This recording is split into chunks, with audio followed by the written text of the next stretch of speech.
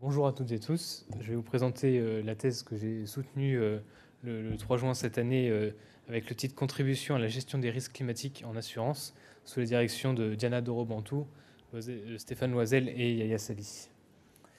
Donc c'est une thèse par article qui a donné lieu à 3 articles dont un a été accepté et 2 soumis. Et ce serait un peu trop long de tout présenter en 3 minutes, donc je vais me concentrer seulement sur un des articles, le troisième en l'occurrence, qui concerne la modélisation de la mortalité dans le cadre d'un stress test climatique à court terme. Et l'objectif, c'est de modéliser l'impact qu'aurait un été extrême sur la mortalité. Donc, dans le cadre de ces stress tests climatiques, il y en a déjà eu 2 qui ont été proposés au secteur de l'assurance par la CPR. Dans le cadre de son stress test climatique en 2023, il y avait un choc qui était proposé, calibré à partir des données 2022 sur la mortalité.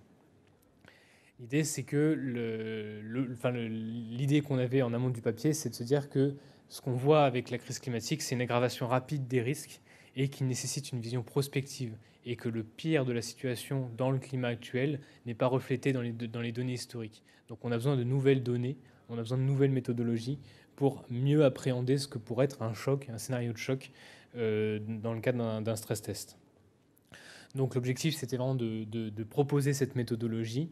Donc on s'est appuyé sur des données open source pour construire un choc de mortalité dans le cadre d'un stress test climatique court terme qui intègre le risque canicule.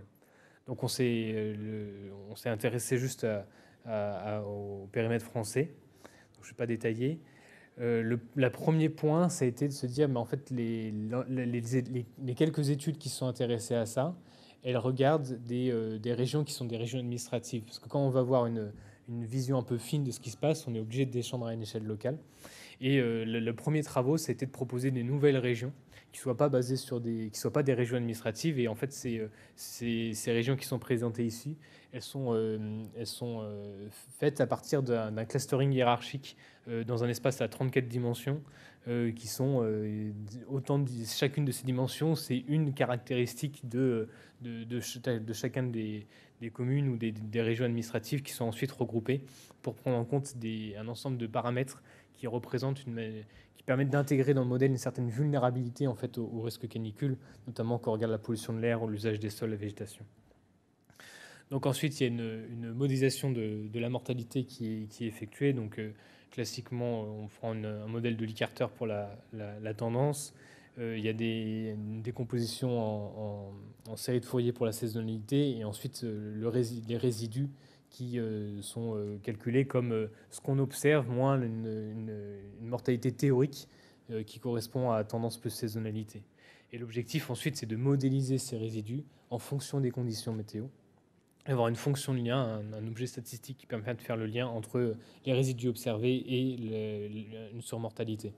Donc pour ça, on passe par on fait l'hypothèse que les décès suivent une loi de Poisson, et en faisant cette hypothèse-là, qui est une hypothèse classique en actuariat, en fait, on peut avoir des modèles d'apprentissage statistique qui intègrent cette connaissance a priori sur la loi de Poisson pour avoir un modèle dédié. Et donc souvent, ça passe par l'intégration d'un offset qui correspond, dans notre cas, au nombre de décès théoriques.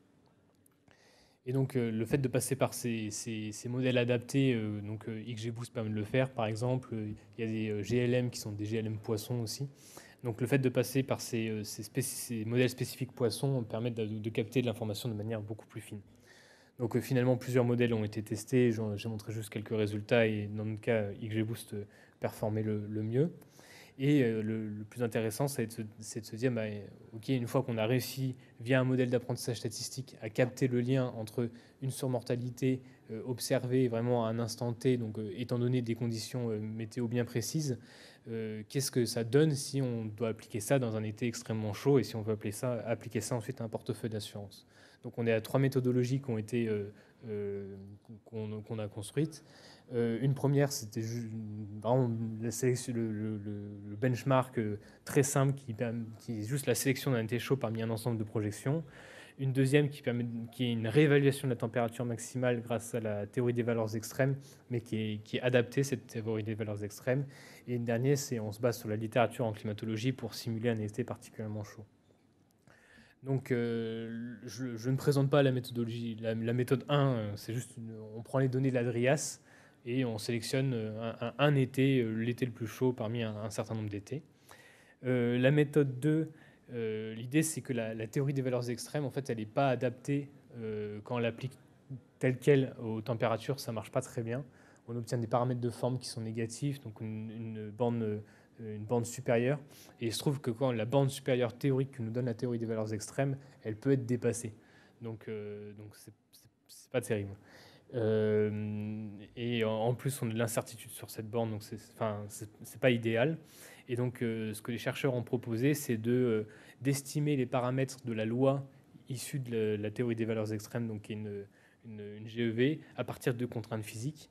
Donc, l'idée, c'est qu'on va calculer une température max au sol en fonction de ce qui se passe en haute altitude, selon une loi physique, parce que ça détermine vraiment comment la thermodynamique de la colonne d'air. Et donc, ce qui se passe ici à 500 hectopascales, donc c'est-à-dire à 5000 mètres. Donc, ça permet d'avoir une température max au sol étant donné les conditions physiques. Donc, on prend des projections climatiques sur ce qui se passe en haute altitude et ça permet d'affiner comme ça ce qui est calculé par la GEV. Et donc ça, c'est une des méthodes, mais c'est juste, comme c'est la théorie des valeurs extrêmes, on s'intéresse vraiment au max sur chacun des étés, ce qui peut arriver. Sauf que la mortalité, elle est sur tout l'été. Et donc, pour ça, on s'est intéressé à la méthode 3. L'idée, c'est de manière un peu proche de ce qui se passait avant, on se place à très haute altitude. Et en fait, ce qui se passe à très haute altitude, ça permet de conditionner ce qui va se passer au sol. Et donc là, on va fabriquer un générateur de trajectoire climatique. L'idée, c'est de faire un peu un GSE, mais pour les conditions climatiques, dans lequel il y a une espèce d'espace latent qui correspond à ce qui se passe en haute atmosphère. Et donc, c'est ce qui est fait ici. Et donc là, on va s'intéresser à l'échantillonnage préférentiel pour s'intéresser vraiment à la queue de distribution. Donc, on a quelques résultats sur l'indicateur. Donc, on avait des périodes de temps de 5 jours pour vraiment être précis sur la météo et la température moyenne sur ces 5 jours. Et donc, quand on regarde la moyenne estivale de cet indicateur ou le max estival, ça, c'est à chaque fois, dans le données historique, je vais représenter le pire de l'historique et dans les méthodes 1, 2 et 3, ce qu'on obtenait. Sachant que la méthode 2 ne permet que d'obtenir un maximum, donc je n'ai pas représenté pour la moyenne. Et donc, ce qu'on observe, c'est qu'on a bien des conditions qui sont pires que le pire de l'historique. Et donc là, on s'approche de quelque chose qu'on veut. Donc on a quelque chose qui repose sur la littérature en climatologie, qui nous dit, bah voilà, ça c'est plausible, c'est ça qui devrait arriver. En poussant ça par l'échantillonnage préférentiel ou en s'intéressant à la théorie des valeurs extrêmes, on va chercher vraiment la queue de distribution de ces phénomènes-là. Et comme ça, on a vraiment une situation extrême qui correspond à ce qu'on cherche quand on construit un scénario de stress test. Et donc ensuite, on a calculé la mortalité associée à chacune de ces méthodes. Et ce qu'il faut retenir, c'est que le choc qu'on calcule, globalement, il est 6 à 7 fois plus fort que le choc proposé par la CPR. Et donc, voilà, ça montre que ce qui était proposé par la CPR, c'était peut-être trop prudent et c'est peut-être pas adapté à ce qu'on attend d'un stress test climatique qui est vraiment là pour tester des conditions très adverses sur un portefeuille. Voilà, je vous remercie.